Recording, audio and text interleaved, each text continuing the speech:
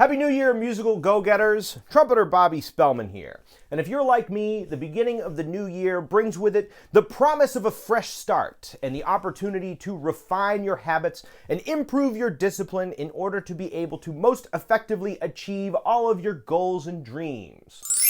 Now, that may be to eat better, it could be to exercise more, but I bet for you and me, part of that goal is to be able to become a better musician and a better trumpet player.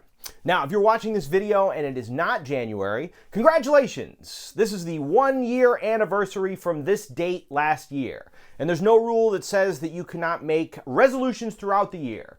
In fact, I like to make resolutions all kinds of times throughout the year in order to make sure that I'm on the path to musical righteousness. So this video is for all of us. Today, I wanted to talk about strategies for approaching consistent and efficient practice in order to be able to maintain your New Year's trumpet resolutions throughout the year and become a better trumpet player this year. On this exciting episode of Trumpet with Bob. In the beginning of the year, we often find it easy to make resolutions and to set goals for ourselves, but it's a little bit harder to stick with those resolutions and accomplish those goals. So today I wanted to give a couple of tips for maintaining your New Year's trumpet resolutions and accomplishing your goals by sticking to consistent and effective practice habits. So my first tip today is set attainable goals. Norman Vincent Peale once famously said, "Shoot for the moon, because even if you miss, you'll land among the stars." And while that's a nice sentiment, when it comes to setting and achieving your goals, sometimes if you shoot for the moon and miss, you may end up floating aimlessly through space for all of eternity. So I recommend setting achievable goals that you will be able to consistently pursue on a weekly basis. One of the questions that I am asked most frequently is, how much time should I be practicing? And the only real answer to that question depends on how much time you have to devote to practicing, and then how much of that time you actually will spend practicing. So what I always recommend is to pick an amount of time that is attainable. That's something that you can do every day, or a certain amount of time that you can spend every week devoting to playing the trumpet and playing music, and try to make that an achievable goal. It's always better to practice consistently rather than cramming a lot of hours into one day. It would be much, much more effective to practice 1 hour a day than it would be to practice 7 hours on one day a week. Remember that being a trumpet player is very much like being an athlete, and there's no way to cram. There's no way to put in all your practice hours on one day. So it's better to try to find an attainable amount of time that you can play every day in order to be able to maintain your ability as a trumpet player and as a musician. As a general rule, the more time the trumpet is on your face, the better you're going to get and the faster you're going to get there. That being said, everybody has a different amount of time that they're able to devote to playing the trumpet, and all of it is okay. It just depends on how much time you have and what you're trying to do. Once again, the most important thing is just that you can maintain a consistent practice schedule. That is, come up with a certain amount of time every day, or at least every other day, that you can play the trumpet rather than trying to fit in all your practicing on one day of the week. Now, once you've done the calculations and you've decided what is the attainable and realistic goal for your daily practice, that will bring us to tip number 2, practice efficiently. The first thing that I would recommend in practicing efficiently is to plan out your practice routine in advance. We've got limited time here. We don't want to waste time sitting around thinking about what you're supposed to be practicing. 1, and 2, you can get a lot more done if you maintain a regular approach to practicing so that you can get into good habits rather than sort of willy-nilly going through a bunch of different exercises that operate in different ways. It's helpful to, first of all, plan out what it is your goals are as a trumpet player. Now, these will change throughout your career as a trumpet player. It may be that at times you're really needing to work on your finger dexterity and your articulation. Now, in that moment, you want to devote a certain amount of practice time to that. You may find that your finger dexterity and articulation is on point, but you got to work on range. Don't practice things that you already are good at. Find those things that you really need to work on and isolate those and really try to focus on those in your practice routines. Now, I did a whole video on the important sections of practicing, on the important parts of a good trumpet practice routine, so you can check that out. I'll put the link in the description below. But as a general rule, I like to split my practicing into two main parts. One is technique, trumpet technique, and the other is music. Without trumpet technique, you can't play music, and without music, there's really no purpose in trumpet technique. They are the yin and yang of practicing the trumpet. Now, before you get started on technique, it's always important to warm up. That's one of the most important things I can tell you in terms of your technical trumpet part of your practice routine, or even if you're playing gigs or whatever. You always got to warm up, because otherwise it can be a big strain on your face and you're not going to get everything done.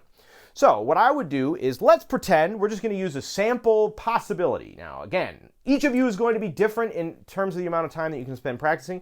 But let's say you got 1 hour a day, 5 days a week to practice. You work a 9-to-5 job, you got 3 kids, you got real stuff to do, but at the end of the day, you can sneak in 1 hour of practice. All right, so let's split that in half. You got 30 minutes of technical stuff, 30 minutes of music. Now, that can be spread apart throughout different times of the day. You can start off with the technical stuff and go to the music. I always recommend starting with the technical stuff, because you want to do difficult trumpet exercises while you're fresh. But you could do 30 minutes in the morning, 30 minutes at night. Whatever works for you, make it work with your schedule, because if it doesn't work and you don't like doing it, you're just going to stop. You're not going to actually achieve your goals. So let's say we take 30 minutes in the beginning to do technical trumpet exercises. Let's say we spend the first 5 minutes warming up. That could be long tones. It could be the Clark exercises, any number of the H.L. Clark exercises from his technical studies for cornet. That will work out your articulation and your dexterity all at the same time. The warm-up is just all about trying to ease yourself into playing without overexerting. From there, you can go on to scales, you can go on to flexibility exercises, you can go on to range exercises, whatever it is that you need to do to fine-tune what is most difficult for you to do and what you'll need to be able to do in the short term. Now, one big benefit to having a private teacher is your private teacher can identify those weaknesses in your playing and help you achieve your goals by focusing in on what you need to do in order to improve in those particular areas. Now, if you are self-taught, all you got to do is try to figure out what it is about your playing that you're trying to improve and really focus in on that. From there, before you start practicing, come up with a couple of exercises that will help in that regard. Give yourself a certain amount of time per exercise, and if you don't fully achieve what you're going for in any given exercise, that's all right. The goal is to spend the time doing it and to be focused and efficient. And if you do that, then you've achieved the goal. At that point, you've done what you've come to do. You've come to practice and you've done the job. This is a little bit of an aside, but there's a book out by Stephen Pressfield called The War of Art. I love this book. Here's my recommendation to you in your New Year's resolution goals is pick up a copy of this book. It's for creative people of all kinds. I love this book, The War of Art. And one of the things that he talks about is the idea that rather than trying to wait for inspiration to come, the goal is to sit down and do the work every day, is to be consistent about doing the work. And as long as you set aside the time to do it and you sit down and do your best in that moment, you've achieved the goal already. Your goal is to be consistent about your practicing, because over time that will compound. Your practicing will compound and you will find that you're making it increasingly close to the goals that you set aside for yourself. So don't be too hard on yourself. Just show up when you need to and do the job. Now, after that half an hour of technical work, now we're going on to creative work. If you're into classical music, you may be working on a piece in particular.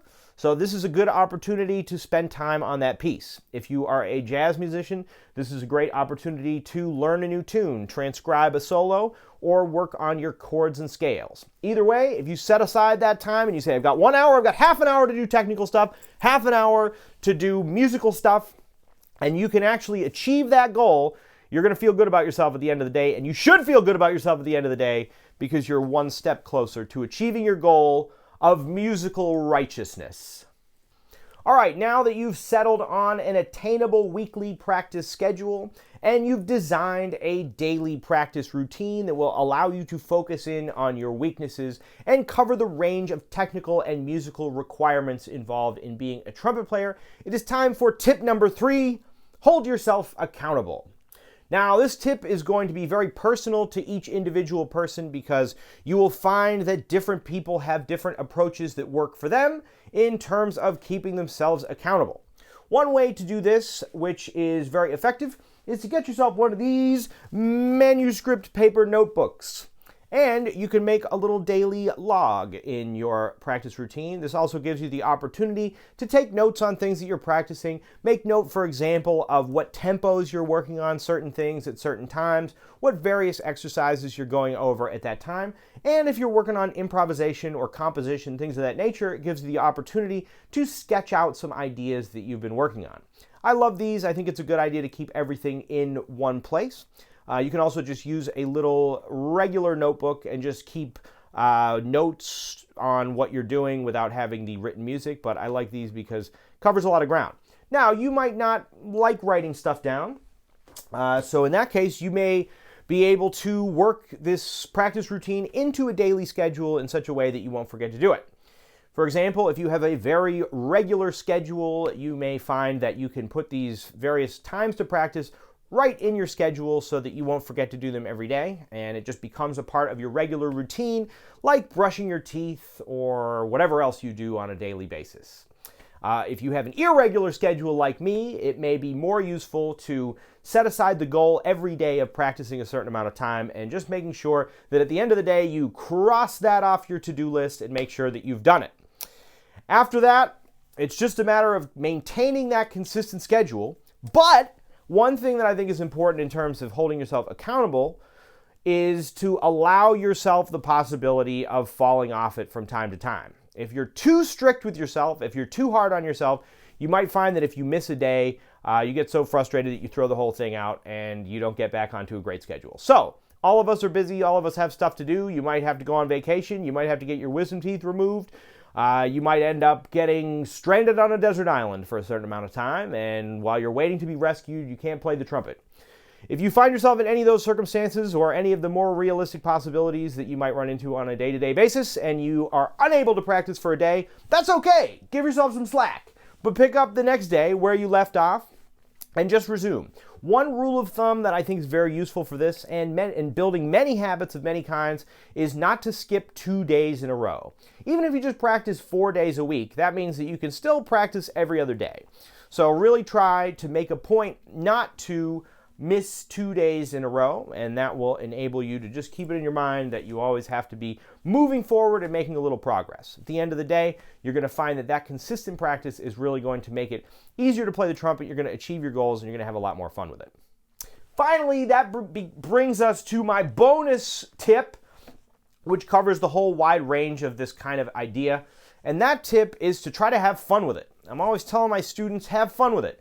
And there are 2 reasons for that. Number 1, if you have fun with your practice routine, if you're doing exercises that you actually like doing, if you're playing music that you actually like playing, then you're more likely to actually do the work. Same thing if you put yourself on a diet, but it's a bunch of food that you hate, you're going to fall off the diet real quick. But if you can find a way to have a diet in which you're still eating food that you like, learn to cook new foods or come up with some more healthy options that are still foods that you like, you're actually going to stick with the diet. If you do exercises that you actually like to do, you're more likely to exercise than if you're doing things that you think are absolute torture. Similarly, playing the trumpet, try to have fun with it. If you like jazz music, play jazz music. If you like funk music, play funk music. If you like certain kinds of classical music, pursue those things that you are most interested in and that resonate with you most and that you're going to have the most fun with so that you're actually compelled to do it. The other side of having fun with all of these activities is that the more fun you have with it, the more all this stuff sticks to your brain. You might have noticed that if you have a particular interest, facts about that interest and certain background or history or something like that are very easy to remember, whereas things that you don't care about it's harder to remember somebody's name if you don't care about them. But if you have a good friend, you're going to remember their name. There's all this stuff. This stuff sticks to your brain if you're having fun with it. So whatever you do as you practice, really try to have some fun with it because that's what we're out here to do. All right, gang, well, I hope that helps. Get out there and practice. Come up with a consistent and attainable practice schedule. Come up with an efficient approach to practicing so you get in all the stuff that you're trying to do, and stay accountable to yourself. And finally, have some fun with it. All right? And with that, I think you'll be able to continue through the year maintaining good practice habits in order to become the great trumpet player that you strive to be. All right, gang, thanks a lot for checking out this video. Happy New Year. Happy to be back making videos. We're going to be putting out all kinds of great stuff this year. So if you'd like to stay up to date with what we're doing, give us a like and subscribe to the channel. For more videos like this one, you can also find us on Patreon for transcriptions and behind the scenes footage and all kinds of fun stuff that will help us create new videos in the future. All right, gang, have a lot of fun with it, and I'll catch you on the next one. See ya.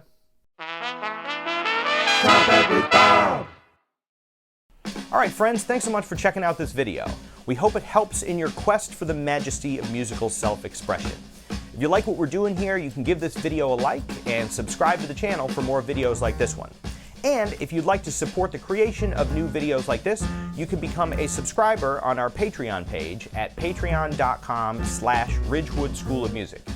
There, subscribers will have access to more in-depth follow-up videos, as well as solo transcriptions, various musical exercises, and all kinds of fun stuff. If you'd like to follow me on my musical adventures, you can find me on Instagram at Bob Spellman, and you can follow the Ridgewood School of Music's other social media pages by following the links in the description below. The Ridgewood School of Music is currently accepting new students online or in person in the New York City area. If you're interested in lessons, you can find us at www.ridgewoodschoolofmusic.com, or you can send us an email at ridgewoodschoolofmusic@gmail.com, and we can set you up with a great teacher for the instrument and the style of music that you're interested in studying. All right, gang, well, have a wonderful time practicing, and we'll catch you on the next one. See ya.